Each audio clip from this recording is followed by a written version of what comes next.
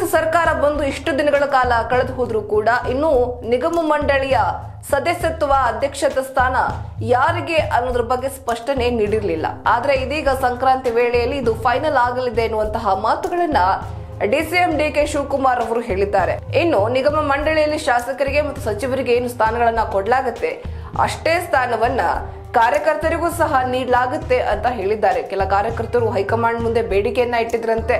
ಸ್ಥಾನವನ್ನ ಕೊಡೋದಾಗಿ ಹೈಕಮಾಂಡ್ ಕಾರ್ಯಕರ್ತರಿಗೆ ಮಾತನ್ನ ನೀಡಿತಂತೆ. ಈ ಮಾತನ್ನ ಉಳಿಸ್ಕೊಳ್ಳೋ ನಿಟ್ಟಿನಲ್ಲಿ ಇದೀಗ ಅವರಿಗೂ ಕೂಡ ಸ್ಥಾನಮಾನವನ್ನ ಕೊಡಲಾಗುತ್ತೆ ಅಂತ ಸ್ಪಷ್ಟನೆಯನ್ನ ಕೊಟ್ಟಿದ್ದಾರೆ ಉಪಮುಖ್ಯಮಂತ್ರಿ ಶಿವಕುಮಾರ್ ಅವರು.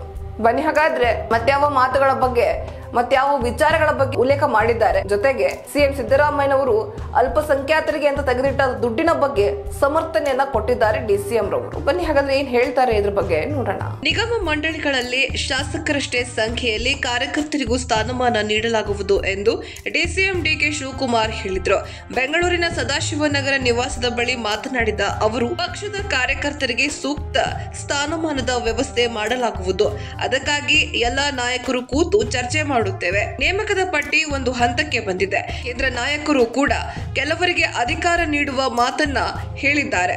ಅದಕ್ಕಾಗಿ ಎಲ್ಲರ ಜೊತೆ ಚರ್ಚೆ ಮಾಡಬೇಕು. ಸಂಕ್ರಾಂತಿ ಹಬ್ಬದ ವೇಳೆಗೆ ನಿಗಮ ಮಂಡಳಿ ನೇಮಕ ಆಗಬಹುದು ಎನ್ನುವ ನಿರೀಕ್ಷೆ ಇದೆ ಎಂದರು. ಜನಸಾಮಾನ್ಯರು ತಮ್ಮ ಕಷ್ಟಗಳನ್ನ ತೆಗೆದುಕೊಂಡು ನಮ್ಮ ಮನೆ ಬಾಗಿಲಿಗೆ ಬರುತ್ತಿದ್ದಾರೆ. ಅವರ ಕಷ್ಟಗಳನ್ನ ಕೇಳಲು ನಾವೇ ಅವರ ಬಳಿ ಹೋಗಬೇಕು. ಇದರ ಒತ್ತಡ ಕಡಿಮೆ ಮಾಡುವ ಉದ್ದೇಶದಿಂದ ಬಾಗಿಲಿಗೆ ಬಂತು ಸರ್ಕಾರ, ಸೇವೆಗೆ ಇರಲಿ ಸಹಕಾರ ಎಂಬ ಕಾರ್ಯಕ್ರಮ ಹಮ್ಮಿಕೊಂಡಿದ್ದಾರೆ. ಮುಂದಿನ ತಿಂಗಳು ದಿನಕ್ಕೆ 2 ಅಥವಾ 3 ವಿಧಾನಸಭಾ ಕ್ಷೇತ್ರಗಳಂತೆ ಬೆಂಗಳೂರಿನ 28 ಕ್ಷೇತ್ರಗಳ ಜನರ ಅಹವಾಲು ಸ್ವೀಕರಿಸಿ ಸಮಸ್ಯೆಗಳನ್ನ ಪರಿಹಾರ ನೀಡುವ ಕಾರ್ಯಕ್ರಮ ಹಮ್ಮಿಕೊಂಡಿದ್ದೇವೆ. ಈ ಮಧ್ಯೆ ದೆಹಲಿ ಹಾಗೂ ಬೇರೆ ಕಡೆ ಪ್ರವಾಸ ಮಾಡುವ ವೇಳೆ ಈ ಕಾರ್ಯಕ್ರಮಕ್ಕೆ ಬಿಡುವು ನೀಡಲಾಗಿದೆ. ಅಹವಾಲು ಸ್ವೀಕಾರ ಕಾರ್ಯಕ್ರಮಕ್ಕೆ ಸ್ಥಳೀಯ ಶಾಸಕರು ಹಾಗೂ ಸಂಸದರನ್ನ ಭಾಗವಹಿಸಲು ಆಹ್ವಾನ ನೀಡುತ್ತೇವೆ ಎಂದು ತಿಳಿಸಿದರು. ಇನ್ನು ಜನವರಿ 10ರ ಪಕ್ಷದ ಸಭೆ ಬಗ್ಗೆ ಕೇಳಿದಾಗ ಲೋಕಸಭೆ ಚುನಾವಣೆಗೆ ಸಿದ್ಧತೆ ನಡೆಸಲಾಗ್ತಾ ಇದೆ. ಇನ್ನು ಈ ವಿಚಾರವಾಗಿ ಜನವರಿ 10ರಂದು ಪಕ್ಷದ ನಾಯಕರು ಶಾಸಕರು ಎಐಸಿಸಿ ನಾಯಕರ ಜೊತೆಗೆ ಸಭೆ ನಡೆಸುತ್ತೇವೆ. ಜನವರಿ 4ರಂದು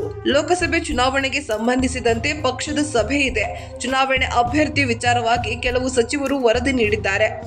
ಅವರ ಬಗ್ಗೆ ಸಮೀಕ್ಷೆ ನಡೆಸಬೇಕಿದೆ. ಈ ವಿಚಾರವಾಗಿ ಚರ್ಚೆ ಮಾಡಲು ದೆಹಲಿಗೆ ಹೋಗುತ್ತಿದ್ದೇನೆ ಎಂದು ಹೇಳಿದರು. ಇನ್ನು ಸಚಿವ ಮಧು ಬಂಗಾರಪ್ಪ ಅವರ ರಾಜೀನಾಮೆಗೆ ಬಿಜೆಪಿಯವರು ಆಗ್ರಹಿಸಿರಬಹುದು. ವ್ಯಾಪಾರ ವ್ಯವಹಾರದಲ್ಲಿ ಹೆಚ್ಚು ಕಮ್ಮಿ ಆಗಿರುತ್ತದೆ, ಅದೇನು ವಿಚಾರ ಎಂದು ನೋಡ್ತೇನೆ ಎಂದರು. ಇನ್ನು ಅಲ್ಪಸಂಖ್ಯಾತ ಸಮುದಾಯಕ್ಕೆ 1,000 ಕೋಟಿ ಬಿಡುಗಡೆ ಬಗ್ಗೆ ಪ್ರತಿಕ್ರಿಯಿಸಿದ ಅವರು, ನಿಮ್ಮನ್ನ ರಾಮನಗರಕ್ಕೆ ಕರೆದುಕೊಂಡು ಹೋಗ್ತೇನೆ. ಅಲ್ಲಿ ಪ್ರವಾಹ ಪರಿಸ್ಥಿತಿ ಬಂದ ಪ್ರದೇಶದ ಸ್ಥಿತಿಗತಿ ಹೇಗಿದೆ ಎಂದು ಒಮ್ಮೆ ಬಂದು ನೋಡಿ. ಅವರು ಹೇಗೆ ಬದುಕುತ್ತಿದ್ದಾರೆ ಎಂಬುದೇ ಆಶ್ಚರ್ಯ. ಜನರ ಬದುಕು ಸುಧಾರಿಸಲು ಈ ಕ್ರಮ ಕೈಗೊಳ್ಳಲಾಗಿದೆ.